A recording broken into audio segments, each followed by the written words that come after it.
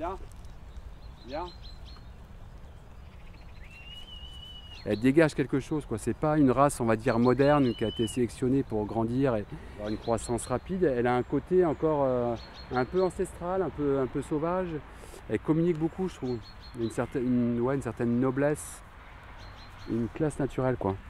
Je la trouve intelligente. Réglisse, Réponse, Rebelle, Rebecca, Saison, Rhapsody, Saturne et Suzette.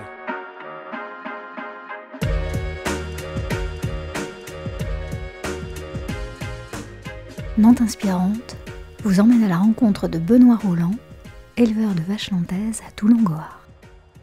En fait, ouais, faut se mettre à leur place, quoi. Moi, je connaissais pas grand-chose aux vaches quand je me suis installé, mais j'ai appris ouais, en me mettant à leur place, quoi.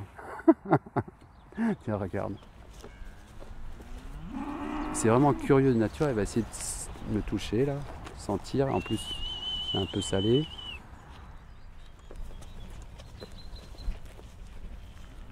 De remettre des animaux ici, ça permet d'occuper l'espace et c'est vrai qu'on en a un quartier, on va dire, où il y a des projets de construction dans les années à venir. S'il n'y a rien dans ces zones-là, c'est vrai qu'il y a des envahissements et du nettoyage derrière. Donc c'est ce qu'on a proposé du coup à Nantes Métropole Aménagement, c'est qu'en attendant ces constructions, en fait, qu'on y mette des vaches.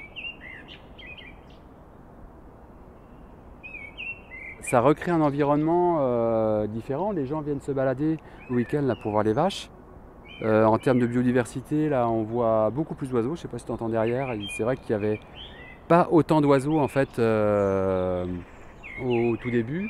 On voit des lapins. J'ai même vu un petit renard en fait l'autre fois. Et c'est vrai qu'il y a un petit corridor là qui est assez sympathique. Vas-y. Faut le retenir en fait. Vas-y, vas-y. Vas-y. Encore un peu. Vas-y. Vas-y, encore un peu si tu veux. Ouais, c'est bon, top.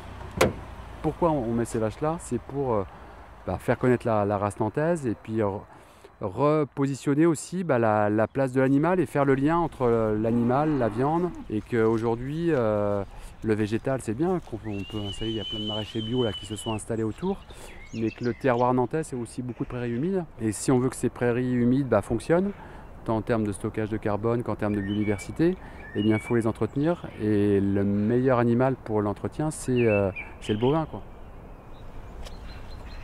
Ça va? Ouais.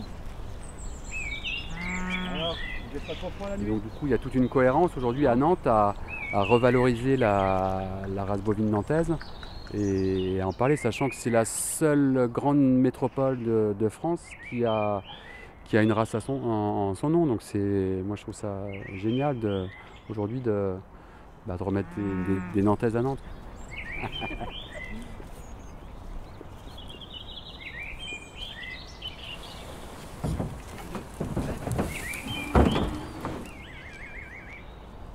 Aujourd'hui, il y a 1200 vaches. Il y avait 150 000 bovins nantais entre les deux guerres. Et après, grâce à cette fameuse révolution agricole, en fait, où le ministère de l'Agriculture a choisi les races à viande et les races laitières que les agriculteurs devaient garder pour se développer, la race nantaise qui était moitié lait, moitié viande, qui faisait de la traction animale, n'a pas été retenue, quoi. Et donc du coup, en 30-40 ans, il restait plus que 30 vaches, quoi.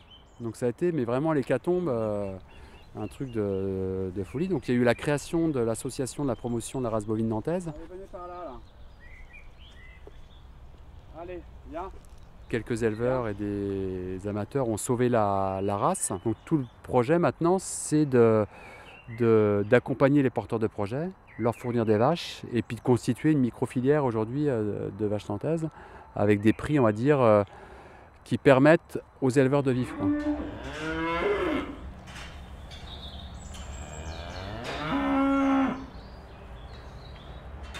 Ce troupeau va augmenter et ça permettra donc du coup demain à des futurs éleveurs qui s'installent de dire voilà, demain moi je m'installe au mois d'avril, je veux 20 vaches, automatiquement il aura ces 20 vaches.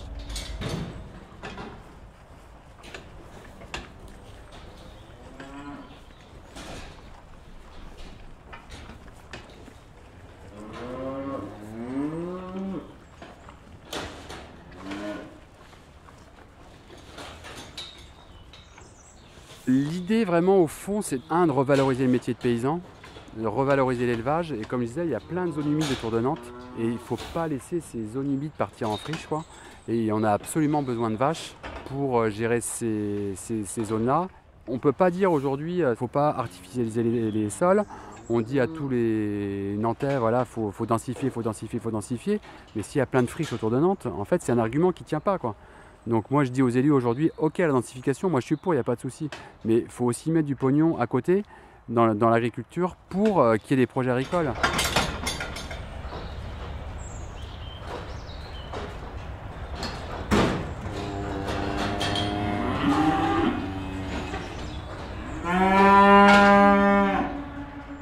Créer des passerelles entre le rural et l'urbain, créer des passerelles entre le végétal et l'animal, et c'est ça en fait mon truc. On coupe les ficelles de la botte de foin et on fait surtout attention qu'il ne reste plus, parce que sinon elles sont capables d'en bouffer et on trouve ça dans leur estomac après. C'est bon. Donc là elles ont pour une semaine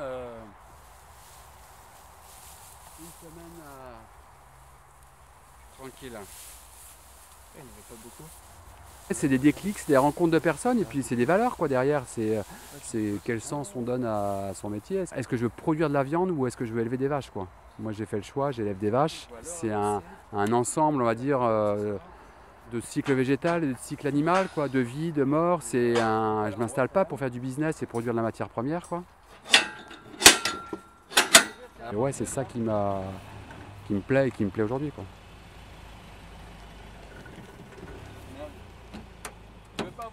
On fait partie du secteur primaire, ça veut bien dire quelque chose. Là, on est avec nos bottes là sur la terre, on vit avec les éléments quoi.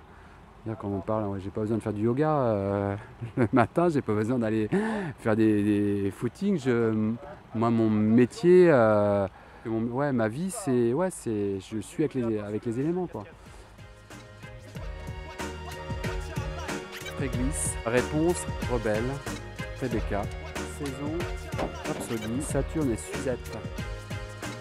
Pour découvrir tous les épisodes de Nantes Inspirante, abonnez-vous sur Apple Podcasts, Deezer, Spotify ou Google Podcasts.